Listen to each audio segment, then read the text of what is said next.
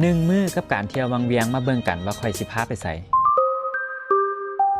ข่อยขึ้นทางด่วนแต่นครหลวงมาฮอดวังเวียงนี่ประมาณ 11 โมงบอนแรกที่ข่อยจะไปนี่คือน้ำตกตาดแกงยุยเพราะข่อยลิ้นอยู่นี่ประมาณชั่วโมงนึงบรรยากาศดีอากาศเย็นโดยเฉพาะมาอยู่ใกล้ๆน้ำตกตาดนี่โคตรเย็นเลยและน้ำกระใสขนาดสามารถลงลิ้นน้ำลงลอยน้ำได้เลยเด้อสามารถเอาแนวกินขึ้นไปกินแคมน้ำได้แต่ว่าให้รักษาความสะอาดให้เด้อออกจากน้ำตกตาดแกงยุยพวกข่อยก็ไปแวะกินข้าวอยู่คาเฟ่ตัวนี้ชื่อว่าทิวเขาคาเฟ่วิวทางหลังนี่โคตรงามเลยแนมไปนี่จะเห็นภูเขาแบบนี้เลยมาเห็นแบบนี้แล้วรู้สึกคือบ่ได้มากินข้าวเลยรู้สึกมาเที่ยวหลายกว่าบรรยากาศดีวิวดีไปวังเวียงนี่แนะนำให้ไปเลยเด้อคาเฟ่ตัวนี้มีทั้งอาหารเครื่องดื่มกาแฟครบจบเลยคาเฟ่ตัวนี้ในคณะที่กินข้าวนั่งล้มกันอยู่กับหู้ข้าวว่าทำจังเขาเจ้าปรับปรุงใหม่เฮ็ดงามขนาดตอนแรกแผนหันสิไปบารากู2พวกข่อยก็เลยเปลี่ยนแผนไปทำจังเลยแต่กี้หันสิมีขวดสีส้มข้ามดอกแต่ว่าขวดมันหักแล้วน่าจะหักตอนน้ำท่วมก็เลยว่าได้ขี่เหือแพแบบนี้เด้อข้ามมาตอนนี้สำหรับขวดหันเขาเจ้ากำลังเฮ็ดใหม่อยู่เด้อยังบ่ทันแล้วเทื่อหากระตั้งเสามาฮอดแล้วก็ย่างเข้าไปหน่อยนึงสิเจอกับซาลินน้ำโค